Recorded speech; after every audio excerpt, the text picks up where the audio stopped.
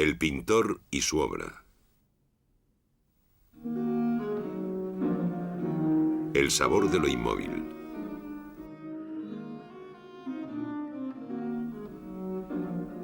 La Raya, 1728.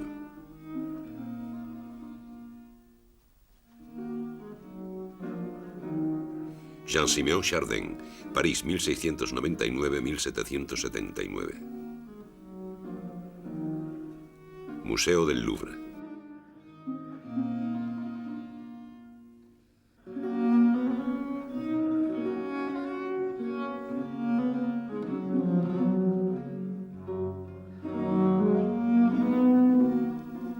Un entablamiento de piedra bordea un nicho mural. Una jarra de cerámica con vidriado verde oscuro. Una espumadera.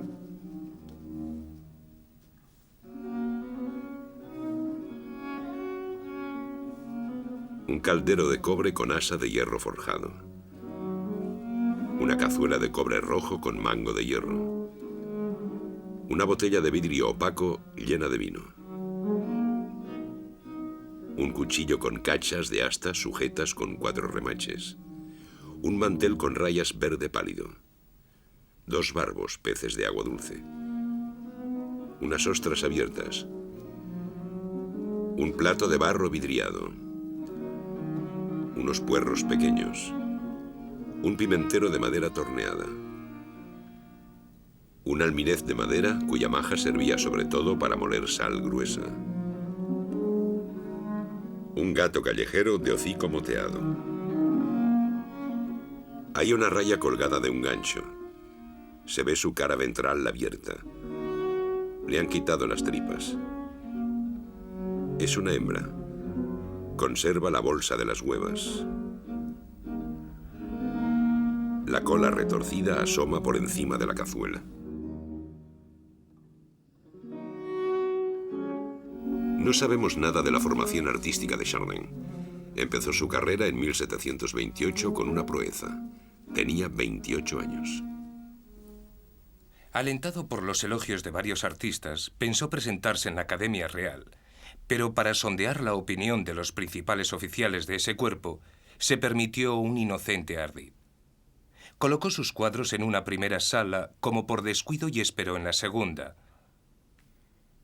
Llegó el señor de Larguillet, excelente pintor, uno de los mejores coloristas y de los teóricos que más sabía sobre los efectos de la luz. Impresionado por esos cuadros, se detuvo a considerarlos antes de entrar en la segunda sala de la academia, donde estaba el candidato. Al entrar...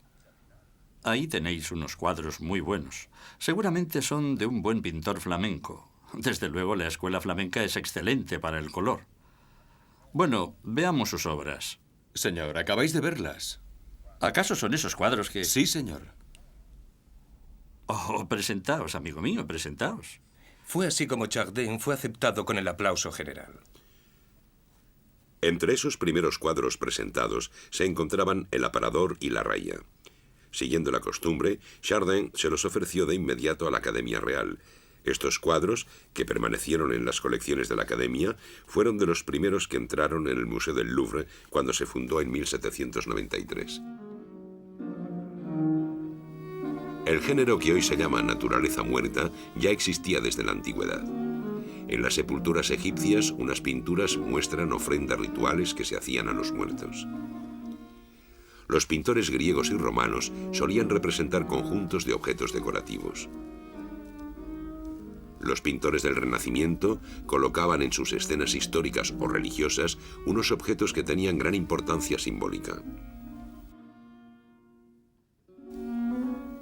Entre los holandeses, el género se llamaba still leven, naturaleza inmóvil. Fruta, flores, comidas servidas, orfebrería, cristales, son un reflejo de la acumulación de riquezas. A veces estas composiciones tienen un carácter moral. La plata o el oro señalan la vanidad de las riquezas. El reloj de arena o el reloj de bolsillo, la brevedad de la vida. Las bolas de cristal, su fragilidad.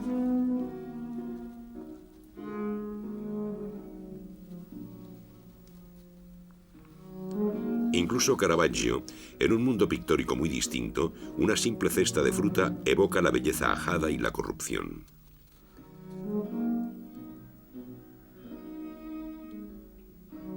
La pintura se vuelve meditación con Philippe de Champaigne y Louis Baugin.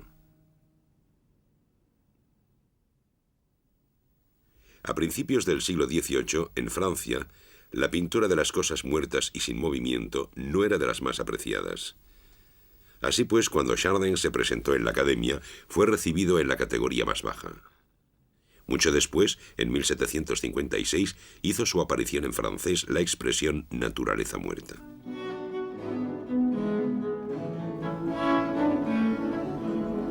Si destinara a mi hijo a la pintura, ese es el cuadro que compraría.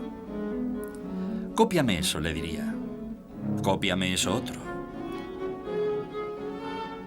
Pero quizá la naturaleza no sea lo más difícil de copiar. Es que ese jarrón de porcelana es porcelana. Es que esas aceitunas están realmente separadas del ojo por el agua en la que flotan. Es que esas galletas están para cogerlas y comérselas, esa naranja para abrirla y exprimirla, ese vaso de vino para beberlo, esa fruta para pelarla, ese pastel para meter el cuchillo en él. Él sí que entiende de armonía de los colores y de reflejos. Oh, Chardin, lo que extiendes en tu paleta no es blanco, rojo o negro, sino la substancia misma de los objetos. El aire y la luz los atrapas con la punta del pincel y los pegas al lienzo. Después de que mi hijo copiara una y otra vez este fragmento, le pondría a trabajar con la raya destripada del mismo maestro. El objeto es desagradable, pero es la carne misma del pez, es su sangre. El aspecto de la propia cosa no sería diferente. Señor Pierre, observe bien ese cuadro cuando vaya a la academia y aprenda, si puede, el secreto de salvar con el talento lo desagradable de ciertas naturalezas. No se entiende ya nada en esta magia. Son capas espesas de pintura, aplicadas unas sobre otras, cuyo efecto transpira de dentro a fuera. Otras veces se diría que es un vapor que alguien ha soplado sobre la tela o que han arrojado sobre ella una espuma ligera. Acercaos, todo se confunde, se aplana y desaparece. Alejaos y todo se crea y se reproduce. Esta fascinación que sintió Diderot ante el tarro de aceitunas y ante la raya le hizo indagar sobre la esencia del realismo. Más adelante será uno de los cuadros ante el que se detendrán más visitantes en el Louvre. Durante la primera parte de su carrera, Chardin se dedicó a las naturalezas muertas, por lo general conjuntos de objetos domésticos y a veces animales. Cesta de uvas. Conejo de monte muerto.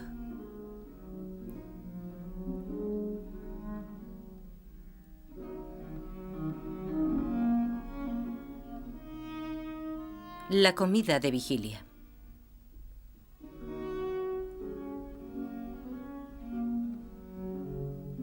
La comida de carne. A partir de 1733, Chardin, que quizá estuviera harto de limitarse a las naturalezas muertas, empezó a pintar escenas de género. Una mujer lacrando una carta.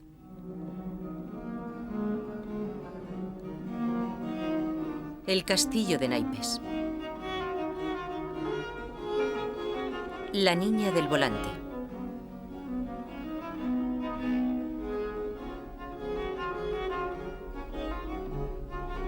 El joven dibujante.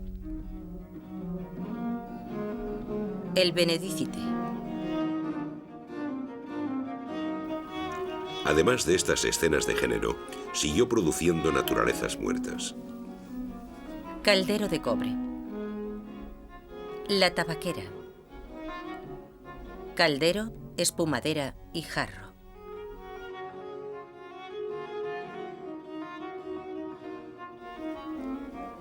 Las naturalezas muertas del final son mucho más tranquilas y sencillas. Han desaparecido los animales muertos. El melón abierto. La cesta de ciruelas. El bollo.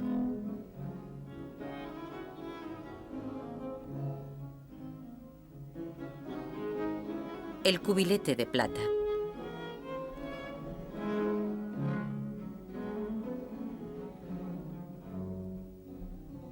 Bandeja de melocotones con nueces, cuchillo y vaso de vino medio lleno.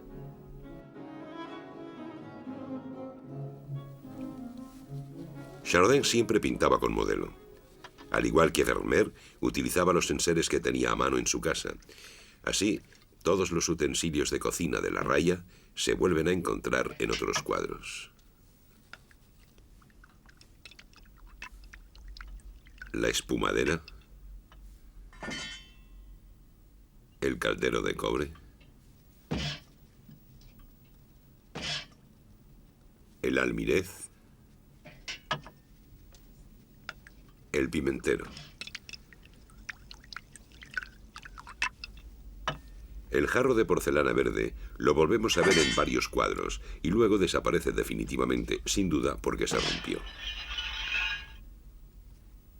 Otros objetos también aparecen en varios lienzos. El depósito de cobre es el tema principal de una naturaleza muerta. Luego, accesorio de una escena de género. O queda relegado al segundo plano en otra escena. El cubilete de plata, que forma parte del inventario de bienes de Chardin, está presente en su pintura desde los inicios de su carrera.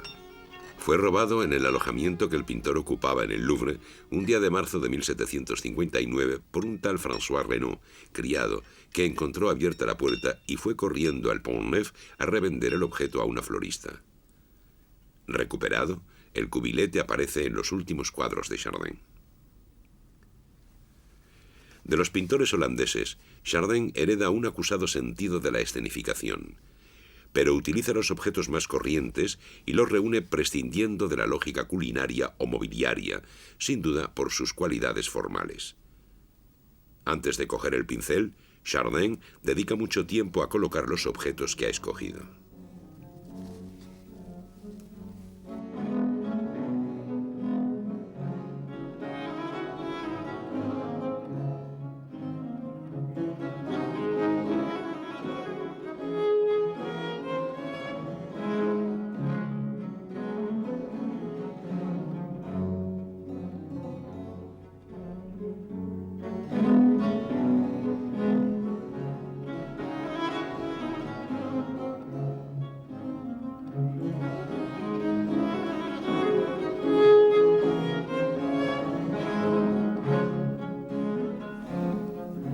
Los autores de naturalezas muertas de generaciones anteriores daban profundidad a sus cuadros adoptando una visión de arriba a abajo.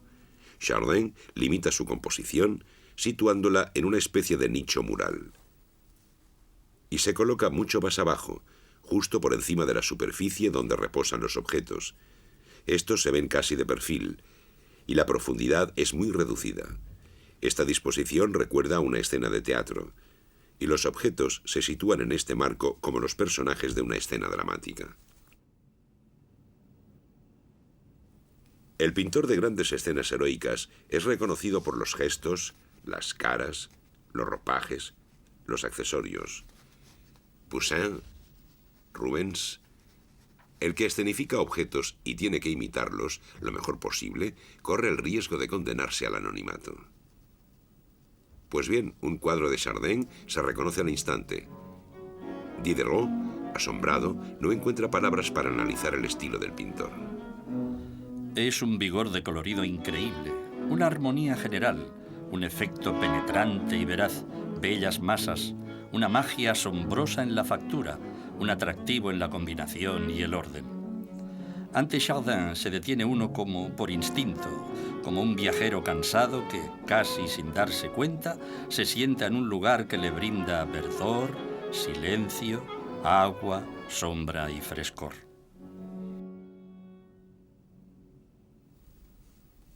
El entablamento señala con fuerza la horizontal. Esta horizontal es repetida por las juntas de las piedras del muro. Una pequeña separación en la línea de las piedras y una zona de sombra destacan la oquedad. Sobre esta cuadrícula, los objetos están colocados ordenadamente.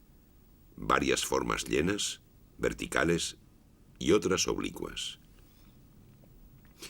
La raya ocupa justamente el centro del cuadro. Dibuja un triángulo cuyo vértice se sitúa en la mediana. Esta forma triangular se repite con frecuencia en Chardin.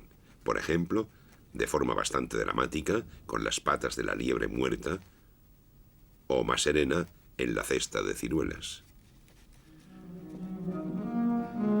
También es una constante la línea oblicua que corta las verticales y las horizontales.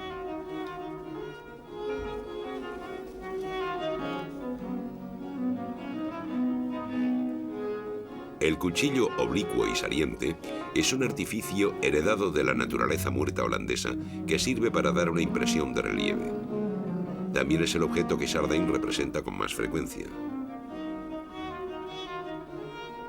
Aunque Chardin deja un espacio alrededor de la raya, la composición parece muy llena. Más adelante, el pintor seguirá jugando con el vacío hasta llegar a la figura totalmente despojada. Esta geometrización progresiva del espacio seducirá a Cézanne y luego a los pintores cubistas.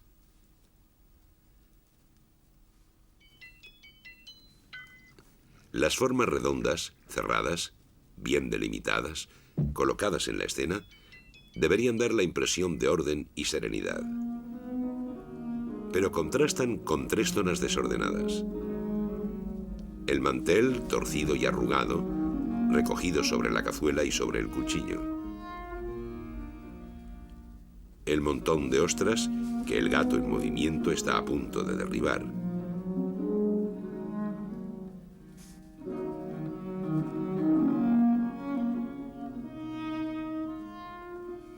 Y la raja que se abre en el costado del pescado e introduce en el centro del cuadro la mayor perturbación formal y cromática.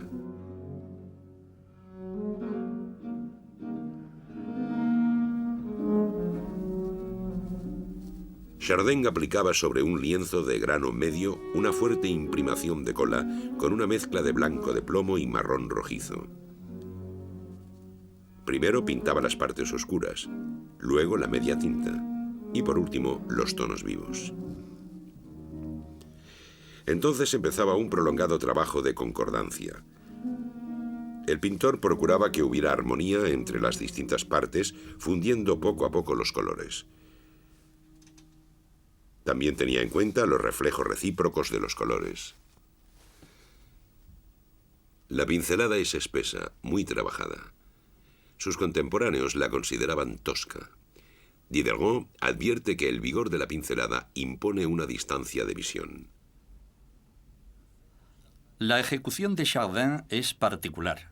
Es un estilo duro, con el que de cerca no se sabe lo que es, y a medida que nos alejamos, el objeto se crea y acaba siendo el de la naturaleza. Pero a veces nos agrada, tanto de cerca como de lejos. La gama cromática de la raya puede parecer limitada, con predominio pardo-ocre. Pero cuando analizamos los detalles descubrimos que, de hecho, por el juego de las fusiones de pinceladas, intervienen varios colores para dar los efectos de tono. Verde en los puerros y el jarro. Marrón en el plato, el almirez y el pimentero. Gris azulado en la hoja del cuchillo. Y ciertas sombras ocre amarillo en las partes delgadas de la raya o en el tapón de corcho. El mantel, el pelaje del gato y la piel de la raya forman manchas más claras que destacan sobre los fondos oscuros.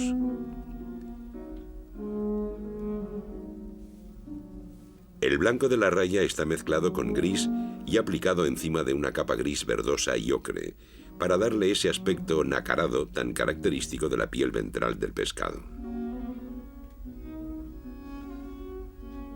El color de carne sanguinolenta estalla en el centro con la cavidad visceral.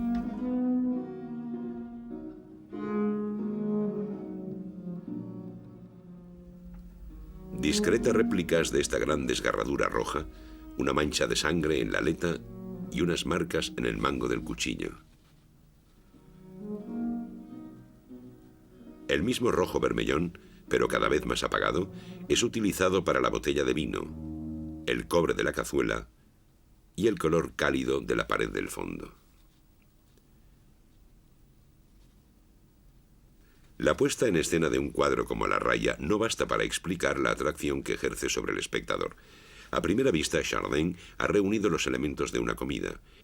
El animal representado es una raya bramante, que se reconoce por tener el hocico menos puntiagudo que las otras especies de raya y por sus escamas en forma de anillas.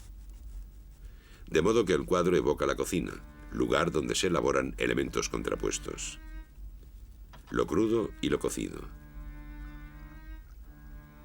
lo sólido y lo líquido, lo salado y lo dulce, lo graso y lo magro, lo animal y lo vegetal,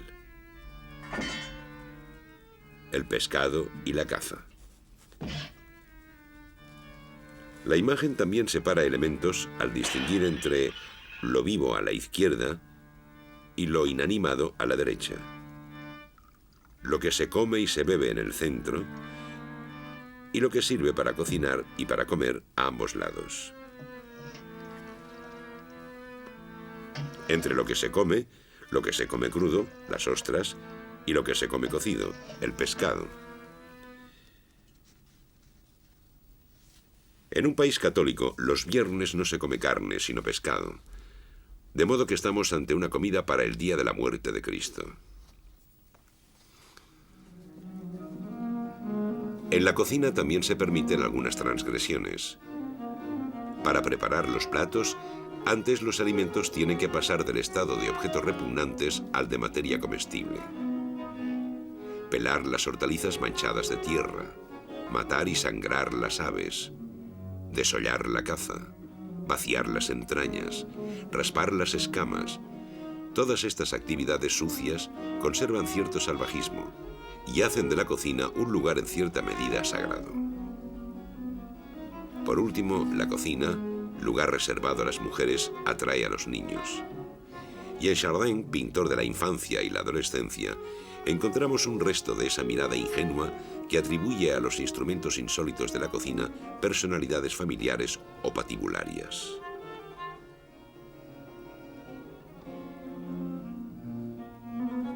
Los utensilios se juntan en respetuoso círculo alrededor del imponente depósito de cobre, o parece que se pelean por los restos de una comida, o se pavonean engalanados de reflejos. Y el inquietante cuchillo no tiene solo un papel de ilusión pictórica. Presente en casi todos los cuadros, recuerda su poder maléfico. Él es el que corta, trincha, desuella, el que puede matar. Impresionado, lo mismo que Diderot, por el poder sugestivo de la raya, otro escritor, Marcel Proust, ve en el cuadro precisamente esta personalización de los objetos. Ahora venid hasta la cocina, cuya entrada está severamente guardada por la tribu de las vasijas de todos los tamaños, servidores capaces y fieles, raza laboriosa y bella. Encima de la mesa los cuchillos activos, que van derechos al grano, descansan con una ociosidad amenazadora e inofensiva.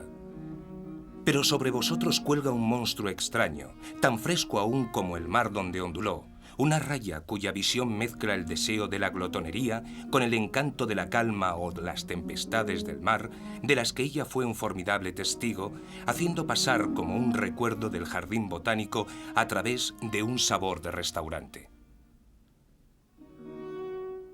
Está abierta y podéis admirar la belleza de su arquitectura delicada y vasta, teñida de sangre roja, nervios azules y músculos blancos como la nave de una catedral polícroma. Al lado, en el abandono de su muerte, unos peces se retuercen en una curva tensa y desesperada, boca abajo, con los ojos salientes. Luego un gato, que superpone a este acuario la vida oscura de sus formas más sabias y conscientes. El brillo de sus ojos fijos en la raya mueve con una prisa lenta el terciopelo de sus patas sobre las ostras levantadas y descubre a la vez la prudencia de su carácter, el ansia de su paladar y la temeridad de su empresa. El ojo, al que le gusta jugar con los demás sentidos y reconstruir, con la ayuda de varios colores, más que todo un pasado, todo un futuro, ya siente el frescor de las ostras que mojan las patas del gato y ya se oye, en el momento que el precario montón de estos frágiles nácares ceda con el peso del gato, el pequeño grito de su rotura y el trueno de su caída. El gato es el único ser vivo del cuadro. Es una amenaza. Todos sabemos que le gusta el pescado, crudo o cocido, y sin duda las ostras también. A Chardin le gusta este animal familiar y sin embargo un poco brujo. Ve de noche y pacta con el diablo. Es el que altera el orden de los objetos colocados por el pintor. Es un joven gato desobediente y enredador. Está metiendo literalmente la pata. La raya es un animal que da miedo. Sus aletas parecen alas. Es como si volara en el agua. En las estampas antiguas está clasificada entre los monstruos marinos espantosos. Unos hábiles artesanos utilizaban las aletas, la cola, el esqueleto y la piel seca de algunas rayas para fabricar momias de sirenas, de basiliscos o de otros seres mitológicos que adornaban los gabinetes de curiosidades. Muchas veces, junto a estos monstruos, se encontraba la verdadera raya disecada. E incluso en la enciclopedia de Diderot y d'Alembert, contemporáneos de Chardin, la raya sigue siendo un ser más bien fantástico. Antes de Chardin, otros pintores habían representado los peces.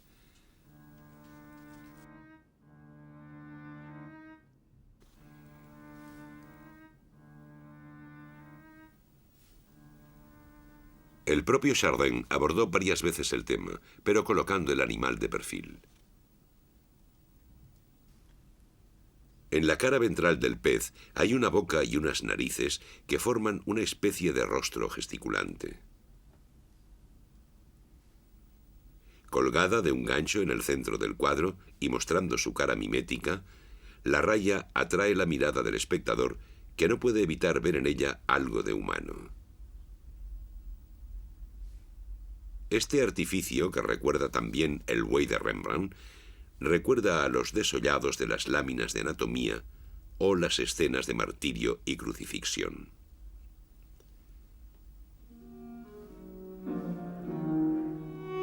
El cuchillo, cuya hoja sangrienta está escondida en los pliegues del mantel y que ha podido servir para quitarle las vísceras al animal, apunta al centro como un instrumento de tortura o como la lanza que se clava en el costado de Cristo. El hombre tiene que comer para sobrevivir, y los gestos ruines, necesarios para la preparación de la comida, repiten todos los días, en el secreto de las cocinas, escenas de muerte y sacrificio mucho más terribles. Es esta dimensión salvaje, pero escondida de la sociedad, lo que escenifica involuntariamente la raya. En el centro de su reunión de objetos, el pescado abierto y sanguinolento aporta al cuadro la violencia de una escena histórica.